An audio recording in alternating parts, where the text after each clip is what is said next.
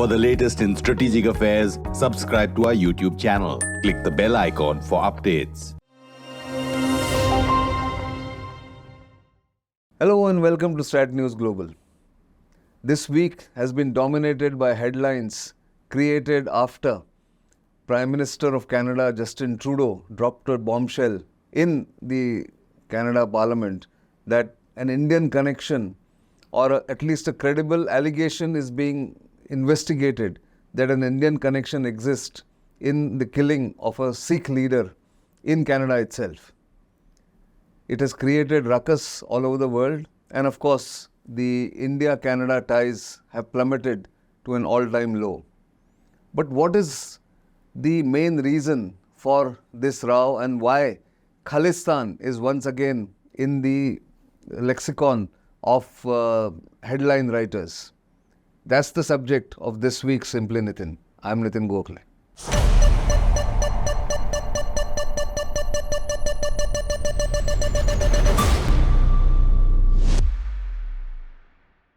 So, what exactly happened and why the Canadian Prime Minister has felt it compulsory to go public with what he calls an allegation, a credible allegation or a credible link to a possible Indian connection to the killing of the Sikh leader, who actually is a separatist in terms of what India thinks of the leaders of separatist Khalistan movement, is not exactly known.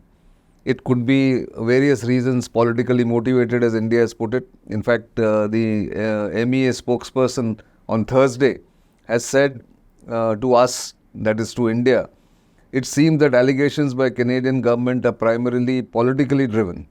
This is what the spokesperson has said in the routine weekly press conference that is held for the media in capital New Delhi. But today I'm not going to talk about what exactly happened and why this is happening and where it will go, because it's a developing story. I don't want to get caught or being overtaken by events. Instead of that, what I'm going to do is to take you back nearly 4 decades to tell you where the Khalistan movement was in the 80s and what it meant for India, how India was completely under pressure to control the separatism in Punjab, why did it happen, and where we are as far as that separatist movement is concerned. So let's go back to 1973. That's more than 5 decades ago, or exactly 50 years ago, when the Akali Dal, which is a regional political party in Punjab, as a response to the Congress party's domination in Punjab, had come up.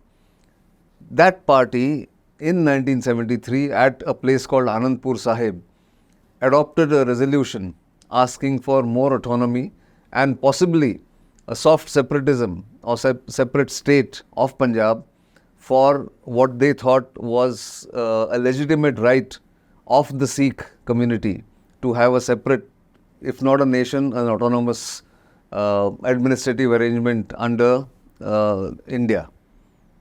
It stemmed from the fact that Punjab was then known as the granary of the country. The Green Revolution had brought in a lot of prosperity to the countryside, to the farmers and to others.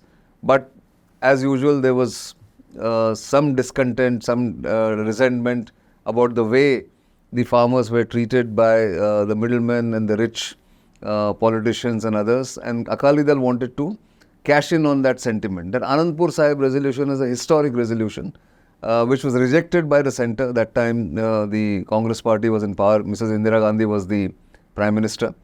And it was rejected outright as being separatist in its nature and maybe even leaning towards secessionism to try and separate from India.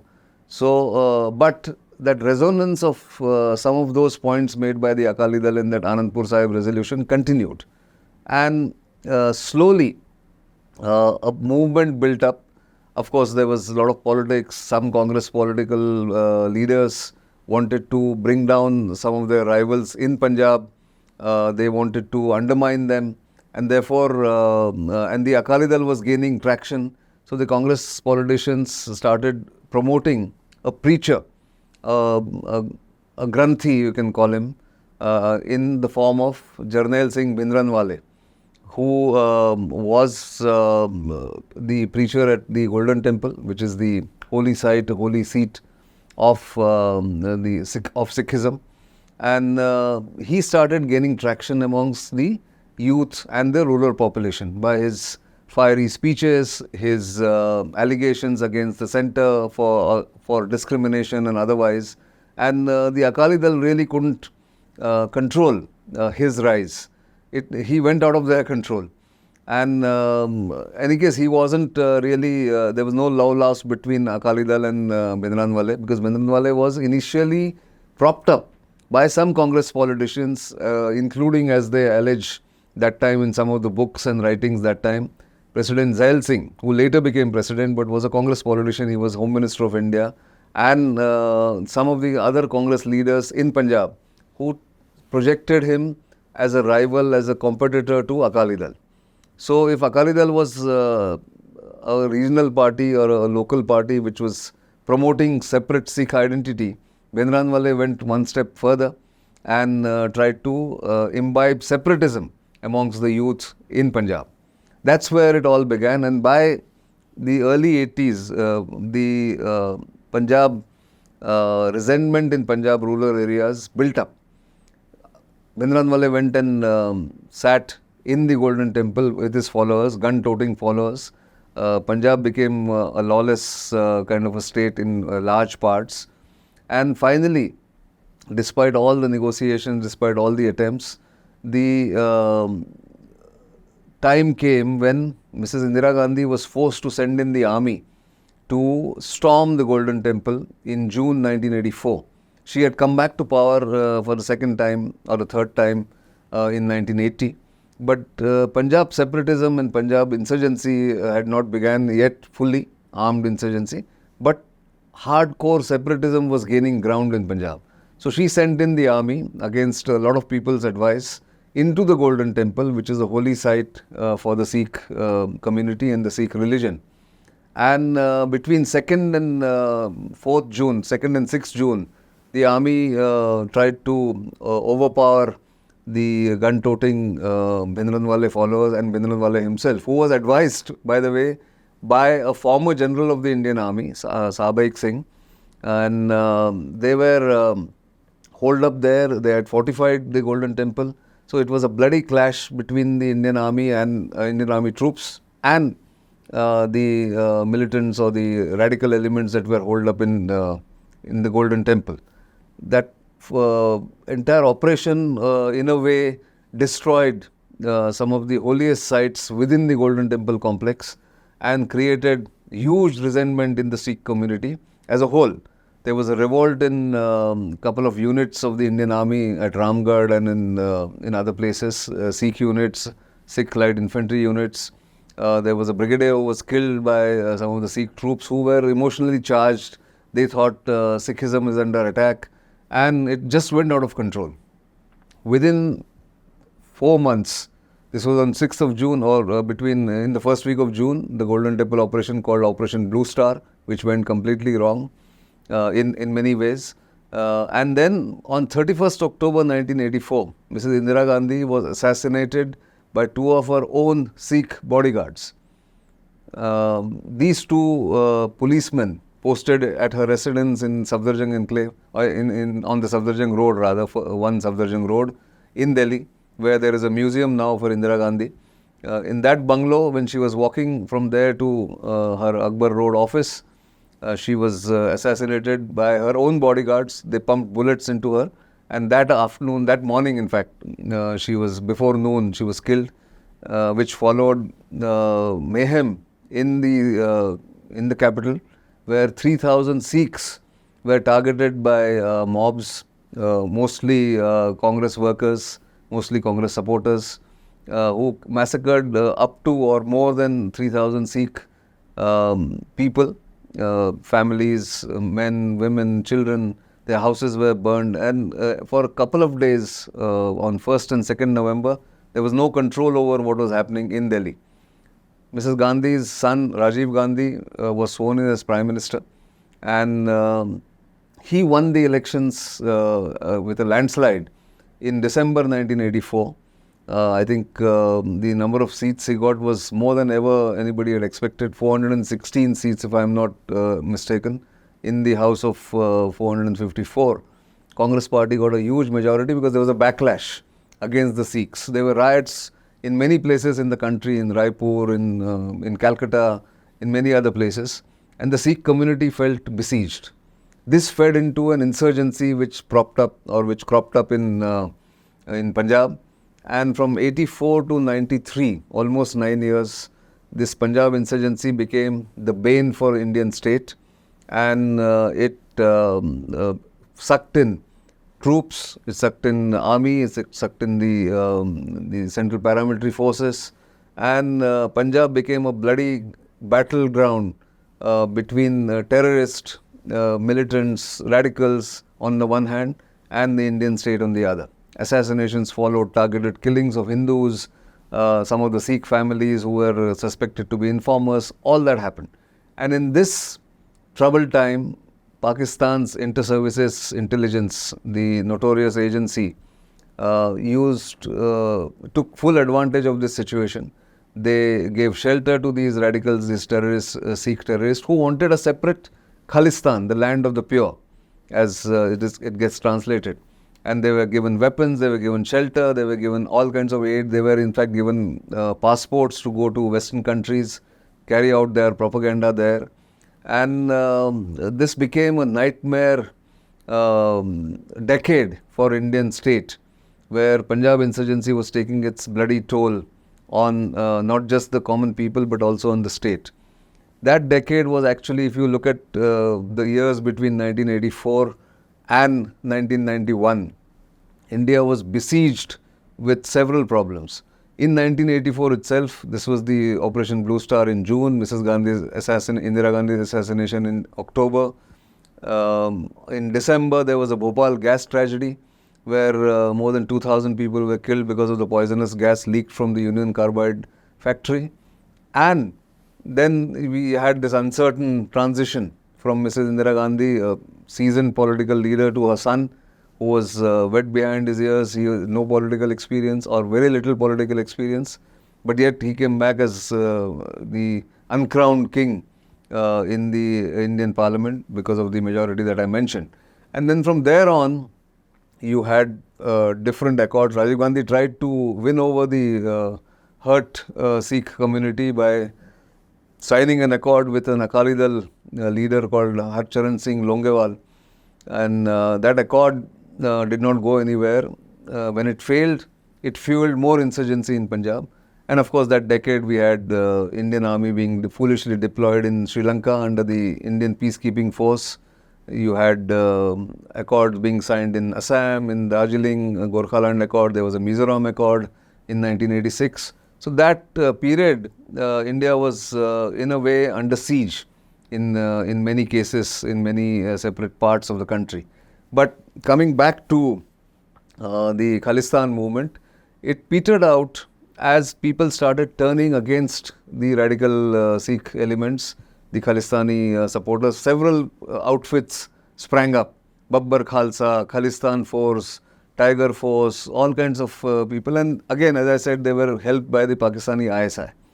But as things improved and as the police started getting better at spotting the terrorists or chasing them and then eliminating them one by one, two police chiefs became a household name. Julio Ribeiro, who was called from Maharashtra and made the DGP of Punjab, or the Director General of Police in Punjab, followed by 4 years of president's rule, directly ruled from the center between 1987 and 1991. And then elections were held. Bayant Singh became the chief minister. He gave a free hand to another police chief called KPS Gill, who became a man famous for his words or his policy of bullet for bullet. That means if the terrorists were killing innocent victims, then they were picking up, in some instances, even terrorist families and victimizing them. All that was followed. It was free for all in many ways during that time. Human rights violations were alleged by human rights organizations in Punjab, But slowly it petered out because the terrorist or the radical elements ran out of support from the common people, because common people can take the suffering only for a while, for a certain period.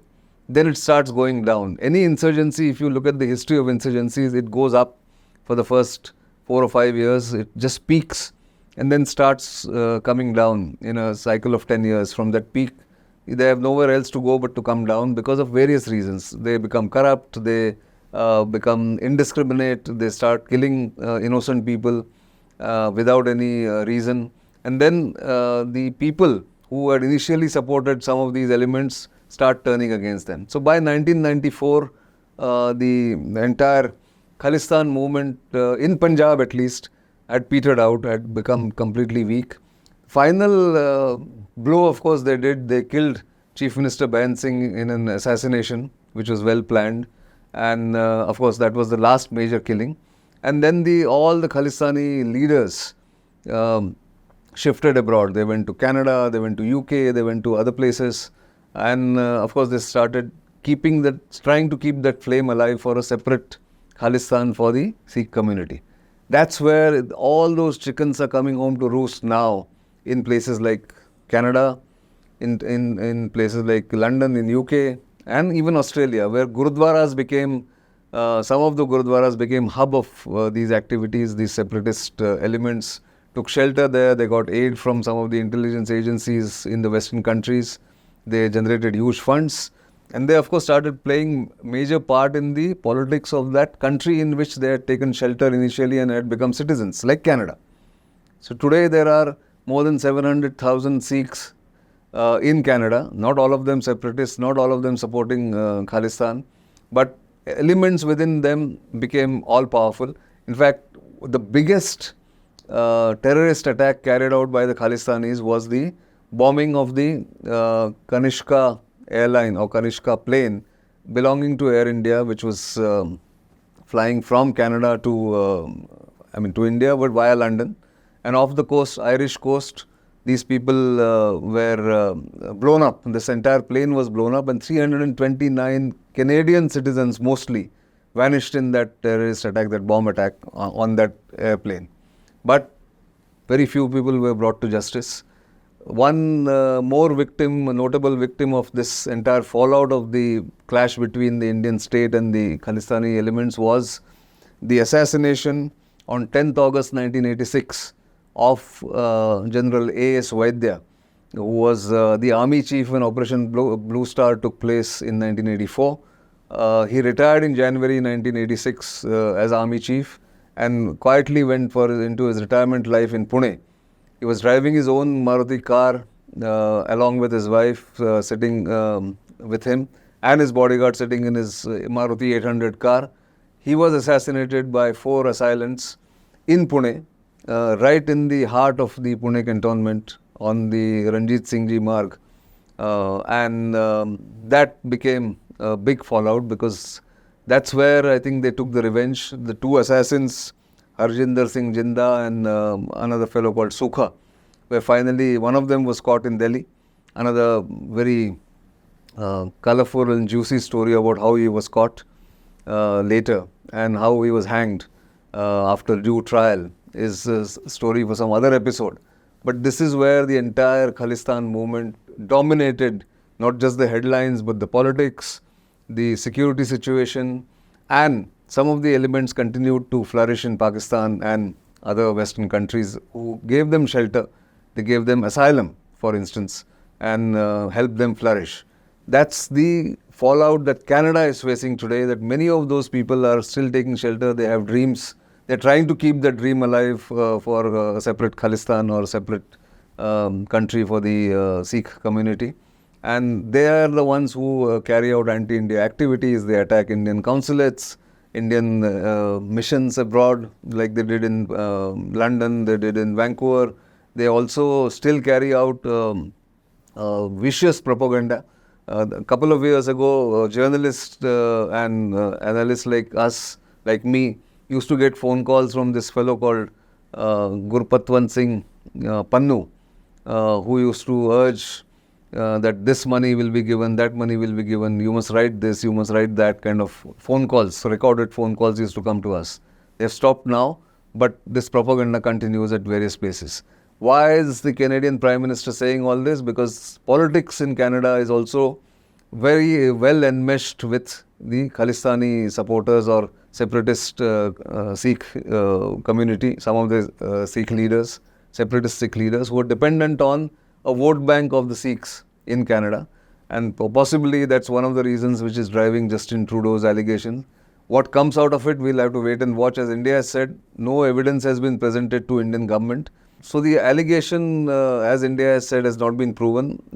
They have been saying, the Canadian government thinks and says that Hardeep Singh Nijjar, a separatist Sikh leader, was assassinated by elements connected to the Indian government. We don't know.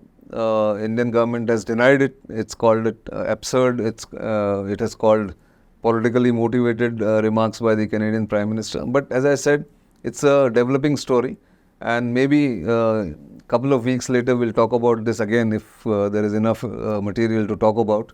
But let's not forget that the Khalistani movement, the Khalistani insurgency in Punjab in the 80s and parts of 90s, first 4 or 5 years of the 90s, had weakened the Indian state, had taken away a lot of attention from development and other work that the governments have to do. It created a bad blood between, a lot of bad blood between the Hindu community and the Sikh community.